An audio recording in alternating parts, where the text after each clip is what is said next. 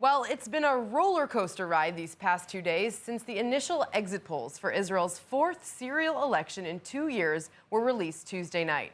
And it's looking like, once again, Israel might be headed towards fifth elections. Now joining us is ILTV's Lidar Grave Lazi with all the updates. Hey, Lidar, thanks for joining us. Hi, Lauren.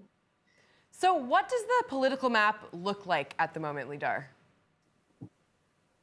So right now, the Likud, headed by Benjamin Netanyahu, has 30 seats. And I just want to say that so far, only about 94% of the votes have been counted. We'll still need to wait a little bit longer for the final results. So as I was saying, Benjamin Netanyahu, the Likud, has 30 seats. On the right side of the political spectrum, you have the religious Zionism Party with 6 seats, Yamina, which is headed by Naftali Bennett, with 7. And then you have the ultra-Orthodox parties, Shas, which has 9 seats, and United Torah Judaism, which has 7. And then on the left side, you have Yesh Atid, which is headed by Yair Lapid. They have 17 seats.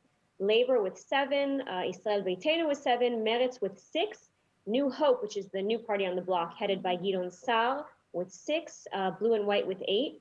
And then you have the Arab parties, the Joint List with 6, and Ram, the surprise of the election, which it passed the electoral threshold, but dropping down to 4 seats.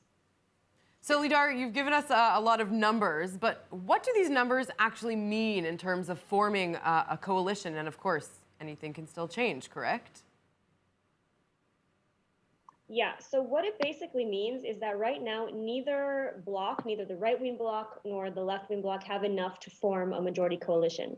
Benjamin Netanyahu has a total of 52 seats right now in his right-wing bloc, and that doesn't include Naftali Bennett, and we'll get to him in just a minute. On the other side, we have Yair Lapid, who has the largest opposing party, and his left-wing bloc, or I guess essentially it's the anti-Netanyahu bloc. They have 57 seats, if the Joint List Arab Party supports them as well. So that means that, like you said, neither side has a majority on their own to actually be able to form a coalition. What about the kingmakers in this election? Right, so I mentioned Naftali Bennett. His party has 7 seats. And what's interesting is that even with his party, Netanyahu doesn't have enough seats to reach 61, the majority. He'll only have 59, which means that he needs the support of the Arab party, Ram, to join his coalition. That's sort of what all the political analysts have been speculating over the past couple of days.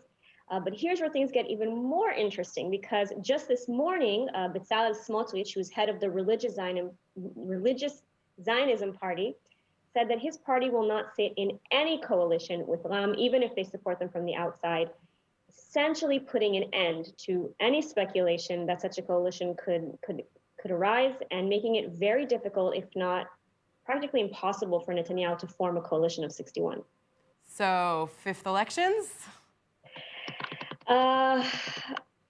Well, look, there's still a few other options. I mean, Netanyahu can form a government if he does manage to maybe lure in one of the opposing parties, or lure just a couple of the members of Knesset from opposing parties. It's something that he's done, and Netanyahu is known to sort of pull rabbits out of his hat.